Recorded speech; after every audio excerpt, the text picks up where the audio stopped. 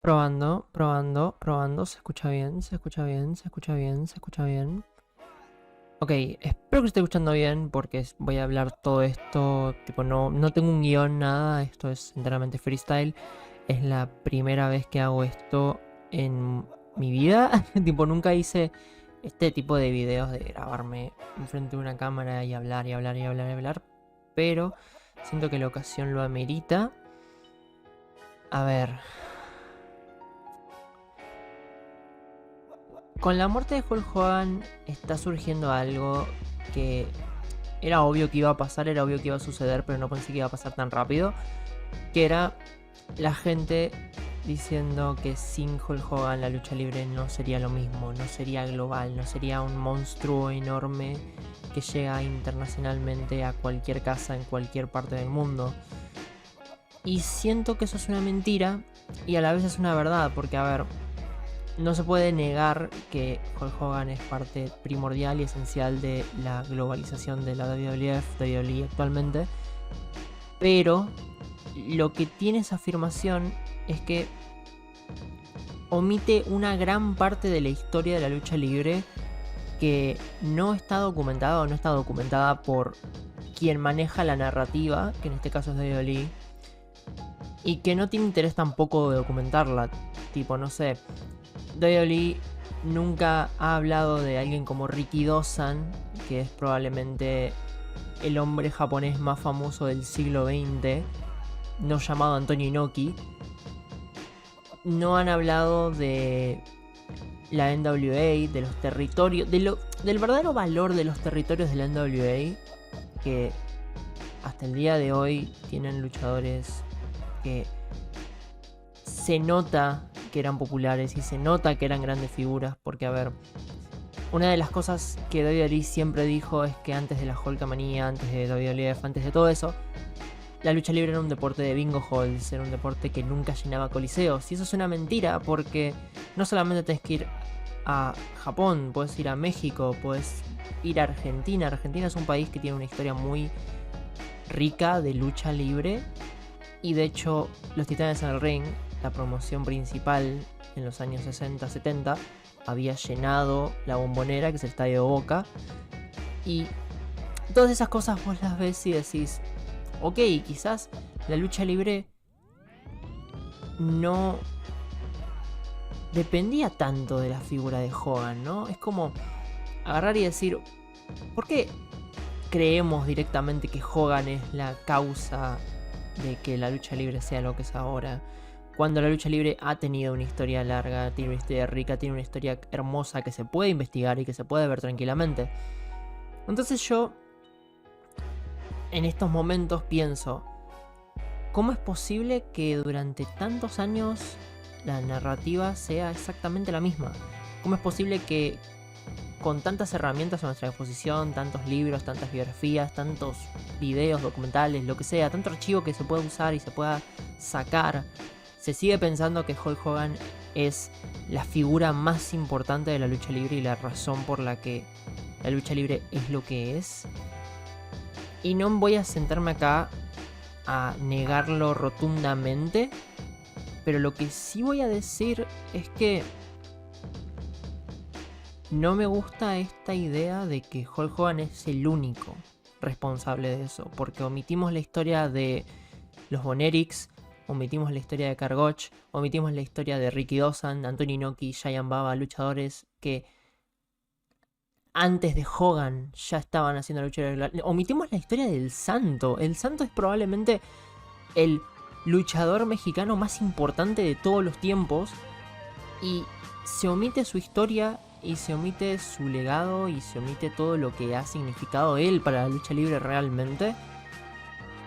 Y también se omite el legado del padre de Vince McMahon señor, que fue el encargado de que la WWF originalmente tenga alianzas internacionales, interpromocionales súper importantes que llenaban el Madison Square Garden. Hay una cuestión tan chota, tan fea, tan impostada de esta realidad de que Hulk Hogan es 100% la figura más importante de la lucha libre. Y es como si Hulk Hogan, la figura de Hulk Hogan de la mano de Vince McMahon hubiesen salvado de la lucha libre. Porque la lucha libre era un deporte para poca gente.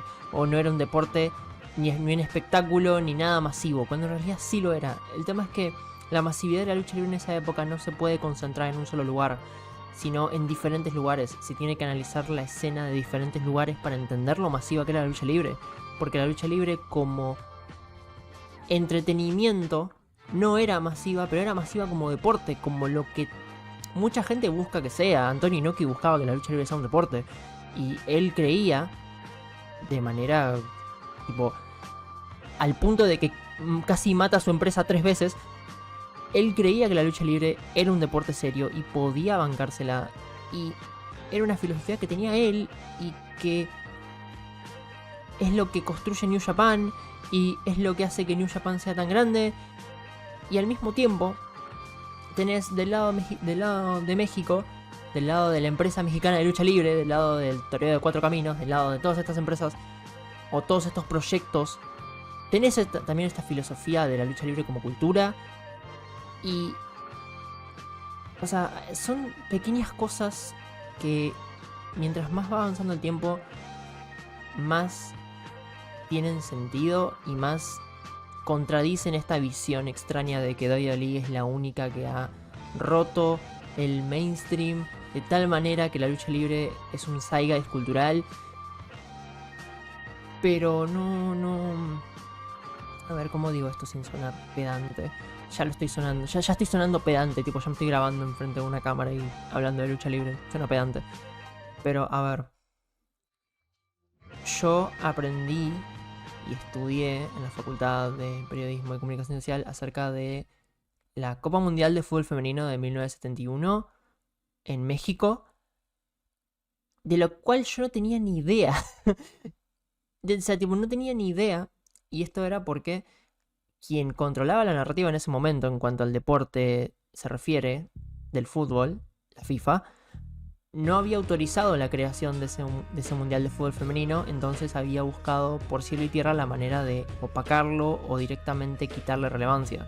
Y cuando vi eso me recordó instantáneamente a cómo Vince McMahon erradicó y neutralizó el sistema territorial de los Estados Unidos durante los años 80 para volver a WWF lo que sería el imperio megalomaníaco que se transformaría. Y cuando empecé a analizar eso, cuando empecé a ver eso, cuando empecé a darme cuenta de estas cosas, era como, ok, parece que tener la narrativa y tener el control de esta hace que la gente directamente asuma cosas desde parte del sentido común. Es como agarrar y decir, no, Hulk Hogan es la figura más importante de la lucha libre a nivel global. La razón por la que la lucha libre dejó de ser un espectáculo de obreros o espectáculo para bingo halls y empezó a llenar estadios, coliseos, bla bla bla bla bla. Pero luego volvés para atrás, antes de Hogan, y la lucha libre ya lo hacía. La lucha libre ya llenaba el Madison Square Garden, la lucha libre ya llenaba el Tokyo Dome, la lucha libre ya llenaba estos estadios, recintos que no existían o que ya no existen. O sea, tipo, volviendo a lo mismo, el Toreo de Cuatro Caminos, el Toreo de Cuatro Caminos está muerto, pero se llenaba. El NWA llenaba los estadios que tenían, llenaba los coliseos que tenían. Había una cultura de lucha libre activa.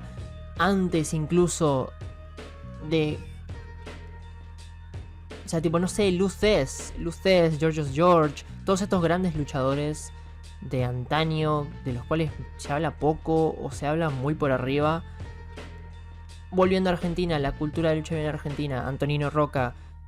La cultura de lucha libre en Japón, Antonio Inoki, Giant Baba, Riki Dozan. Se puede seguir hablando y se puede seguir nombrando un montón de gente, un montón de familias súper importantes para la historia de la lucha libre que terminan siendo omitidas por esta idea de que Hogan es la razón por la que estamos acá, cuando en realidad Hogan, la figura de Hogan, es la que hizo más daño del que pensamos que hizo, porque fue el principal impulsor de la movida anti-sindicato. que es justamente la razón por la que se pelea con Jesse Ventura, por la que Jesse Ventura se va de WWF, que es porque él quería hacer un sindicato de luchadores y los luchadores querían hacer un sindicato y Hulk Hogan dijo no está bien, no hagamos un sindicato porque me tienen que pagar bien y tengo que cobrar y tengo que comer. Y vuelvo a ver eso, vuelvo a analizar esas cosas, vuelvo a analizar la lucha libre pre-Hogan, como siempre se la trata, y me pongo a pensar cómo sería esa realidad donde la lucha libre formó un sindicato, donde los luchadores formaron un sindicato, donde el sistema territorial no murió, donde la globalización de la lucha libre actual que vemos el día de hoy se dividiría entre en todas las promociones, los territorios de ese momento. Es algo que tengo ganas de ver, pero no voy a ver nunca más, porque si hay algo que se sabe de Hogan es que cambió la lucha libre para siempre, pero no sabemos si fue realmente un cambio positivo para la lucha libre, porque Hulk Hogan, la figura de Hulk Hogan, se usó como una herramienta para construir un discurso, una idea, para erradicar la historia de la lucha libre antes de WWF, para incluso erradicar el legado del mismo Vince McMahon señor, que justamente había hecho una promoción que no tenía ningún problema ni ningún tipo de rivalidad con cualquiera de los territorios, porque formaban parte de un acuerdo mutuo de que la lucha libre como deporte general y espectáculo general tenía que ser más grande, y Vince McMahon Jr. dijo no, yo quiero que sea más grande para mí y voy a usar a Hulk Hogan para hacer eso, para conseguir eso. Voy a meter a Hulk Hogan en todos lados, voy a hacer propaganda constante de este tipo. Lo vas a ver en MTV, lo vas a ver en shows de televisión, lo vas a ver en películas, lo vas a ver en todos lados. Y vuelvo a lo del Mundial de México en el 71 y vuelvo a pensar en esto de quien controla la narrativa, controla la historia y controla la manera en la que llegamos a la historia.